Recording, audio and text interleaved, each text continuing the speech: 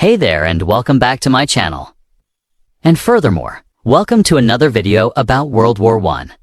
Now we've talked a lot about the causes of the war, how Europe got involved, but I haven't yet told you how America got involved. So let's get started. Now, if you're like me, when you think of World War I, you probably picture doughboys wading through knee-deep water on their way to fight in some muddy trench somewhere in Europe. And that image is accurate because starting in 1917, the United States did indeed fight in Europe. But that was not the only place where the United States was fighting during World War I, you see. From the beginning of the war until 1917, the U.S. remained neutral. However, neutrality was becoming increasingly difficult for the enemy of the United States as more and more Americans were getting involved in the conflict. More and more Americans were migrating to Europe to fight for their countries of origin. For example, over 200,000 African American men left the South and joined the French Foreign Legion. And that was just one example. There were many others. By 1916, most Americans wanted to remain neutral. But many Americans began to feel the pressure to join the war effort. And part of the reason why they felt that pressure is because German U-boats or submarines began to sink ships carrying supplies to Europe. For example, in 1915, a German submarine sank the Lusitania and about 128 Americans died. And then, in 1916, a German submarine sank the Sussex and 3 more Americans died. This created an anti-German sentiment in the U.S., but it wasn't enough to get the U.S. into the war. In order to understand what caused the United States to finally enter the war, you need to look at this tiny piece of land in the North Atlantic Ocean, this speck of dirt right here called the island of Newfoundland. In early 1917, British intelligence intercepted a telegram sent from the German government to the Mexican government, and it basically said this: "If you declare war on the United States, we will help you get back all of the territory you lost in the Mexican-American War." This included Texas, New Mexico, and Arizona. This was known as the Zimmerman Telegram, and it infuriated the American public and politicians, and pretty much guaranteed that the United States would declare war on Germany. On April 2, 1917, the U.S. Congress declared war on Germany, and President Woodrow Wilson addressed the American people to explain why the United States had entered the war. And he basically boiled it down to 2 reasons. No. 1. Germany's unrestricted submarine warfare in the Atlantic Ocean, which was hurting American businesses and sinking American ships. And no. 2. The Zimmerman Telegram. So now that the U.S. was at war with Germany, the question became, how could the U.S. help the Allies win the war? Well, first off, the United States needed to mobilize its army. And this was not easy because at the start of the war, the U.S. only had about 200,000 soldiers in its entire army. And so in order to get ready for war, the United States did something called a draft. It was officially called the Selective Service Act, and it required men between the ages of 21 and 32 register for the military. By the end of the draft, over 4 million American men had been called to service.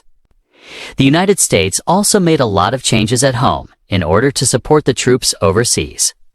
For example, the government created the Committee on Public Information to promote the war effort and encourage people to buy war bonds. It also encouraged people at home to conserve food, especially wheat, meat, and fat.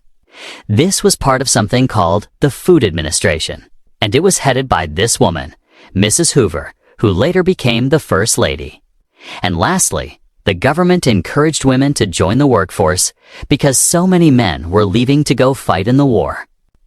And speaking of the workforce, let's talk about labor, because with so many men going off to war, many Americans were worried that there wouldn't be enough labor to keep the factories running back home. And so before the United States even entered the war, labor leaders went on strike for higher wages, better working conditions, and the right to organize unions. This is important because after the United States entered the war, the government did everything it could to support the economy and keep production high. And so, since labor leaders had already established good relationships with factory owners, It made it easier for the government to keep the factories running smoothly. Okay, so now that the US was at war, the next question was, how would it fight? Well, the US did not have a large standing army, nor did it have a tradition of military service. And so the president turned to this guy, General John J. Pershing, to lead the American forces. Pershing had extensive experience in the army, having fought in the Spanish-American War and the Philippine-American War. But in order to get his troops to Europe, he had to wait. Why? Well, the US didn't have a navy big enough to transport all of those troops across the Atlantic. But in June of 1917, the first American troops arrived in France. They were called the American Expeditionary Forces, or the AEF. And you might be wondering, what did these troops do once they got there? Well, they wasted no time jumping into action. In fact, in September of 1917, a group of about 2,000 African American troops landed in France, and they were immediately sent to the front lines. And this was a big deal because these men faced incredible racism and prejudice. Not from the French, but from their own commanders. For example, at one point, American commanders told the black troops that if they showed any fear or retreated, they would be executed on the spot. Luckily, they did not retreat, and they proved that African Americans were just as brave as any other American soldier. But let's talk about the real doughboys now, because they arrived in Europe in the spring of 1918, and their job was to stop the Germans from taking over Paris. See, up until this point, the French had been fighting the Germans all by themselves, and they were exhausted. And so American General John J. Pershing asked the French commander if he could lead the American forces in a major offensive. And the French commander said yes, and he pointed his finger right here on this map. And he said, "Take this hill right there. That's our primary objective. We want you to take that hill right there." And so General Pershing spent weeks training his troops and preparing for the battle. But when the troops finally went into action, it was a complete disaster. The American troops suffered heavy casualties, and they did not take the hill. And this was a big blow to American morale. But General Pershing kept training his troops, and he eventually launched a new offensive.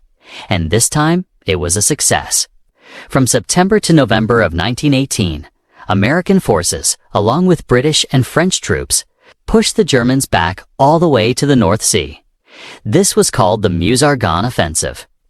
It was the largest offensive of the war. And by the end of it, American morale was very high. But even though American troops were doing well, Germany was collapsing on all fronts. On November 11, 1918, Germany signed an armistice, ending the war. And so that begs the question, how did the US help bring Germany to the negotiating table? Well, simply put, the US supplied the manpower to help the Allies win the war. You see, when the US entered the war, Germany was winning almost every battle. But once the fresh American troops arrived, the tides began to turn. But another thing that helped turn the tide was simply the size of the US. The US population at the time was about 100 million people, and that was nearly 5 times larger than Germany's population. And so the US could afford to lose many more soldiers than the Germans could. And that meant that the US could fight for a longer period of time without being exhausted. In fact, by the end of the war, the US had sent nearly 2 million troops to Europe, and only about 116,000 of them had come home.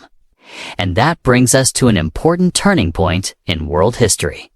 At the Paris Peace Conference, President Woodrow Wilson presented his plan for world peace, and it was called the 14 Points. Basically, it was a list of guidelines to help create a new world order. Some of his points included creating the League of Nations to promote democracy and prevent future wars. He also called for open trade among nations and an end to secret treaties and alliances. And lastly, he wanted to reduce military budgets and promote self-determination among nations. And you might be wondering, did he succeed? Well, yes and no. See, Wilson did succeed in creating the League of Nations, but he did not join it himself because the US Senate refused. They feared that the League would drag the United States into European conflicts. So instead, the US went back to being isolationist. And we'll talk all about the effects of that in another video. Okay, click here to keep reviewing for Unit 6 and don't forget to subscribe. I'm out.